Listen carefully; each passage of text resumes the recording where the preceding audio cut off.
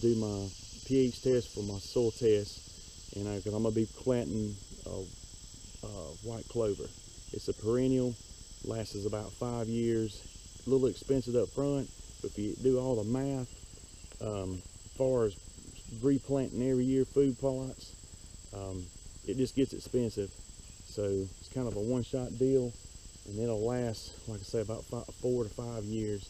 You just have to maintain it with like good bush hogging, weed, different herbicides to spray on it, and but you got to get the pH right. And I'm a little behind this year on getting out and doing my soil test, and I should have done it back in like February or March, because it takes 6 months for lime to neutralize the acidic in the soil, and we want ours about 6.0. It's where we like to have our pH. And I know this hasn't been done in forever, so it's probably been about 12 to 15 years since we've done this, and it's just been a field. And you can tell I've sprayed it all and killed with Roundup, glyphosate, or whatever. And you never want to get the soil sample right after you spray it. I sprayed this thing probably over a month ago, or longer, probably 3 months ago, and because that chemical can interfere with your soil test. So anyway, today I'm going to be going around and I'm going to get several different areas of soil, put them in a 5-gallon bucket, and I'm going to stir it, mix the soil up. I'll get back to my shop and I'll show you how I do it with the things that I use. But I'll show you the little test kit I use. You can get them a soil test.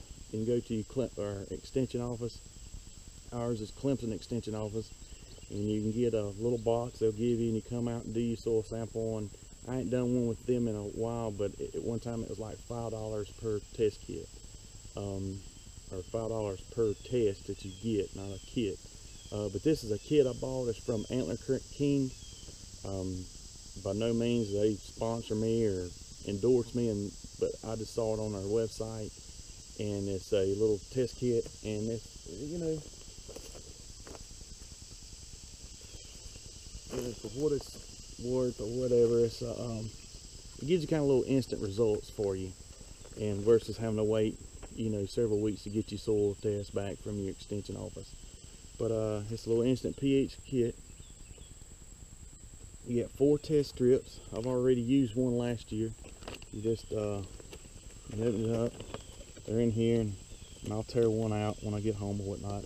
And then I don't know if y'all got swimming pools. I mean, I don't have a swimming pool, but I've seen people do it. It's kind of like the little test strips they have. But anyway, you get it out and you go through, and I'll go through this a little bit later and show you what my pH is, and the little tab will turn a color of what your acidic level is in your soil. But anyway, that is very, very, very important to productive food plots. Because if you just say, oh, I'm gonna put fertilizer out, nitrogen neutralizes not neutralize it, it makes the soil more acidy. So you got to put the lime out to get that pH back, that balance back. And then there's different plants that you can put out there. It puts nitrogen in your soil. Like clover, really, it pulls nitrogen in from the atmosphere. It's that's why if you see clover just growing wild in your yard, it jumps before everything else, and it's really lush. Like one, not getting too technical, but every time it lightens, it puts a nitrogen charge in the atmosphere, and then when it rains, it pulls that nitrogen down, and that's why you see the forest and fields and stuff just really green up after a good rain.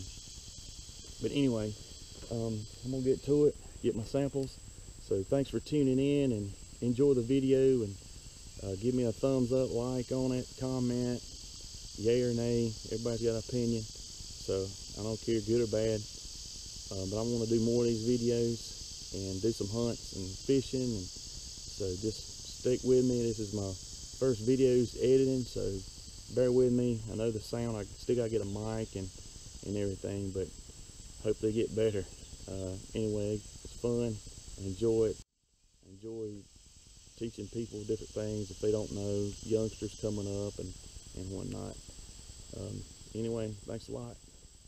Stand by.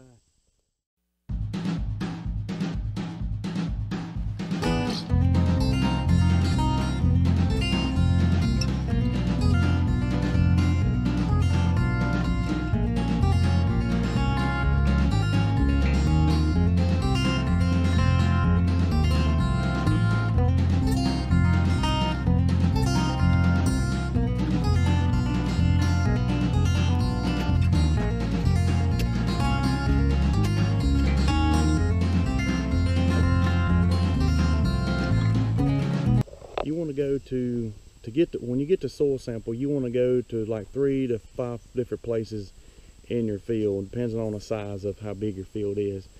But for best results, you want to send in 2 or 3 different samples if it's a big field, and you want to label those before you either send them into extension office or when you're doing the samples test yourself. That way you get more of an average of how bad you feel. You might have clay up on one end and a sandy loam area on the other, and the different soils are going to vary, and depends on what was in the field before. If you had corn in it, corn really sucks the nitrogen and nutrients out of the soil. And then, you know, a lot of people, they'll rotate their crops. They'll put soybeans back in there, and that puts natural nitrogen back in the soil. Get too technical, I know, but as far as deer hunting, I'll do this soil test myself. I get about, you know, I come out really, you know, I come out pretty good most time on my soil test, and I'll put out lime before I put out fertilizer. I mean, sometimes I've done food plots and not even put fertilizer out for a few weeks later, when it starts coming up, and then it's just little bitty seedlings, you know, coming up, and then I go back in and broadcast it. Some people say no, but for best is tilling it in, if you can get it all tilled in. But I don't like tilling my fertilizer in with my lime, because you're kind of beating the purpose. Like I say, nitrogen breaks the acidity down in your soil.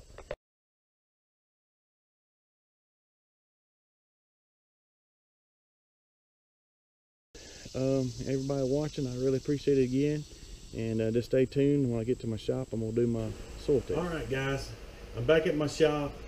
I got my soil here. I'm gonna do my soil test. Like I said again, this is the kit that I get. It's Antler King. Order these off their website. I think I paid maybe 12 bucks for it. I can't really remember. I bought it last year, and I've already used one test strip, and that's the little test strips that you get in the kit. And like I showed you earlier, I went through the field and I got different soil samples in different locations, and I mixed them all up in a 5-gallon bucket, and I've already mixed them up with a shovel. And now I'm going to take my soil, add it into, this is just a water bottle, 16-ounce water bottle. It takes 8 ounces of distilled water. You got to use distilled water for it. Anyway, put that water in, and I'm going to take my soil and place it in, stir it up. I'll just use a screwdriver or whatever you got, stick. Just make sure it don't have any grease or nothing like that on it. I'm going to mix the ingredients up and show you how I do it, and put the sample in. And it's just an easy way to do it without sending samples off to your local extension office.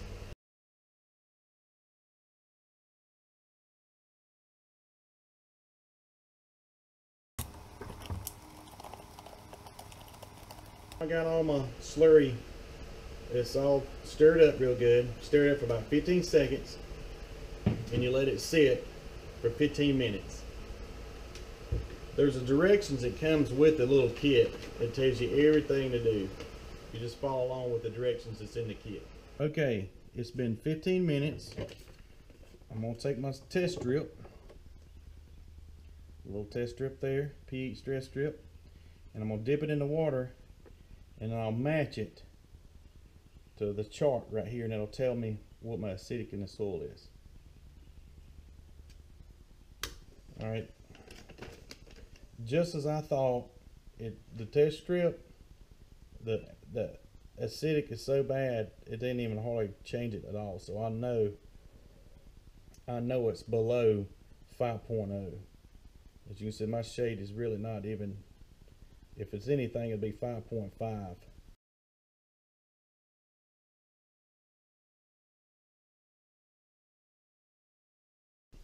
Now that I know my pH in the soil is less than 6.0, that 6.0, somewhere in there, it's up to close to 6.5 is the correct pH for the whitetail clover, or white clover, perennial clover.